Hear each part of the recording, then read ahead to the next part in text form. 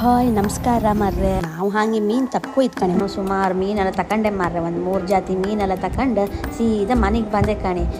ನಾವು ತಗೊಂಡು ದೊಡ್ಡ ದೊಡ್ಡ ಚಟ್ಲಿ, ಆಮೇಲೆ ದೊಡ್ಡ ದೊಡ್ಡ ನೊಂಗು, ಕಡಿ ಕೊಡುವಾಯಿ ಮೀನು ತಗೊಂಡೆ ಕಣೆ. ಅದಕ್ಕೆ ಚಟ್ಲಿ ಫ್ರೈ ಮಾಡುವ ಮತ್ತು ಕೊಡುವಾಯಿ ಮೀನು ಫ್ರೈ ಮಾಡುವ ಅಂದೇಳಿ ಮಸಾಲೆ ತಗೊಂಡು ನೀರು ಹಾಕಿ ಸ್ವಲ್ಪ ಹುಣ್ಸೆಹಣ್ಣು ರಸ ಹಾಕಿ ಸ್ವಲ್ಪ ಉಪ್ಪು ಹಾಕಿ ಸಮ ಕಡಿದೆ ಕಣೆ. ಕ್ಲೀನ್ ಮಾಡಿ ಇಟ್ಕೊಂಡು ಚಟ್ಲಿ ಎಲ್ಲ ಅದಕ್ಕೆ ಹಾಕಿ ಸಮ ತಿರ್ಸಿದೆ ಕಣೆ. ಗರ ಒಳ್ಳೆ ಆಯ್ತು ಮಾರ್ರೆ. ಉಪ್ಪು ಖಾರ ಹಿಡಿಕಲ್ಲ ಅಂದೇಳಿ ಅರ್ಧ ಗಂಟೆ ಮ್ಯಾರಿನೇಟ್ ಮಾಡ್ಕೊಂಡೇಳಿ ಫಸ್ಟಿಗೆ ಮಾಡಿಟ್ಟೆ ಕಣೆ.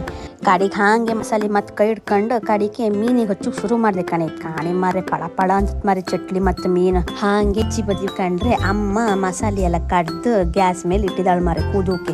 ಅದಕ್ಕೆ ಮೆಣಸು ಈರುಳ್ಳಿ ಎಲ್ಲ ಹಾಕಿ ಕುದೋಕೆ ಇಟ್ಟಿದ್ದಾಳೆ ಕಣೆ. ಸಾರು ಕುದೋಕು ಮೀನು ತೊಳೆದಿಟ್ಟದ್ದು ಹಾಕಿದೆ ಕಣೆ. ಹಾಕಿ ಒಂದ್ಸತಿ ಸೌಂಟಾಗೆ ಮೋಚಿದೆ ಕಣೆ. ಮತ್ತು ಜಾಸ್ತಿ ಮೋಚಬೇಡಿ ಮಾರ್ರೆ, ಮೀನೆಲ್ಲ ಹುಡಿ ಹುಡಿ ಆಗ್ತದೆ ಕಡೆ. ಸಾರು ಹೋಯ್ ಕಡೆ ತೂಪ ಹಾಕಿತ್ತು ಮಾರ್ರೆ. ಕಾಡಿ ಈಚಿ ಬದಿ ಕಾವಲಿ ಇಟ್ಕೊಂಡು ಕಣೆ. ಕಾವಲಿ ಬಿಸಿ ಹಾಕು ಮಸಾಲೆ ಹಚ್ಚೋದು ಮೀನು ಹಾಕಿ ಸ್ವಲ್ಪ ತೆಂಗಿನ ಎಣ್ಣೆ ಎಲ್ಲ ಹಾಕಿ ಆಗ ಚಟ್ಲಿನೂ ಮಸಾಲೆ ಹಚ್ಕೊಂಡದ್ದೆಲ್ಲ ಇದಕ್ಕೆ ಒಟ್ಟಿಗೆ ಹಾಯ್ಕೊಂಡು ಫ್ರೈ ಮಾಡೋಕೆ ಶುರು ಮಾಡಿದೆ ಕಣೆ. ಇಲ್ಲ ಕಾಣಿ ಮಾರ್ರೆ, ಫ್ರೈ ಅಂದ್ರೆ ಫ್ರೈಯೇ ಮಾರ್ರೆ. ಹಾಗೆ ಫ್ರೈ ಮಾಡ್ತಾ ಅಲ್ಲೇ ಒಂದು ಚಟ್ಲಿ ಬಾಯಿ ಹೈಕೊಂಡೆ ಕಣಿ. ಅಂತ ರುಚಿ ಇತ್ತು ಮಾರ್ರೆ. ಮೀನು ಫ್ರೈ ಪೌಡ್ರ್ ಮಾತ್ರ ಒಳ್ಳೆ ಇತ್ತು ಕಣಿ.